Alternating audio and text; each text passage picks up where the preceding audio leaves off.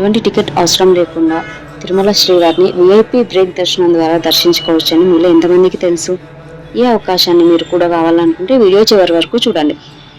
TTD ఈ అవకాశాన్ని దక్కించుకోవాలి అంటే రామకోటి తరహాలో గోవిందకోటి రాయాలి.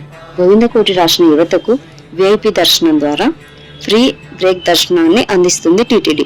యువతలో ఆధ్యాత్మిక చైతన్యాన్ని, సనాతన ధర్మంపై ఆసక్తిని పెంపొందించడానికి టీటీడీ ఈ కీలక నిర్ణయం తీసుకుంది.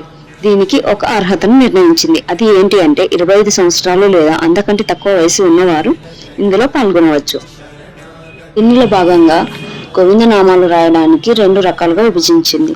అందులో ఒకటి ఏంటి అంటే 10,01,116 రాసిన వ్యక్తికి ఒకలా, 1 కోటి గోవిందనామాలు రాసిన వ్యక్తికి ఇంకొకలాగా దర్శన అవకాశాన్ని కల్పించింది. దీని గురించి ఇంకా విషయాలు తెలుసుకోవాలనుకుంటే లైక్ చేసి సబ్స్క్రైబ్ చేయండి.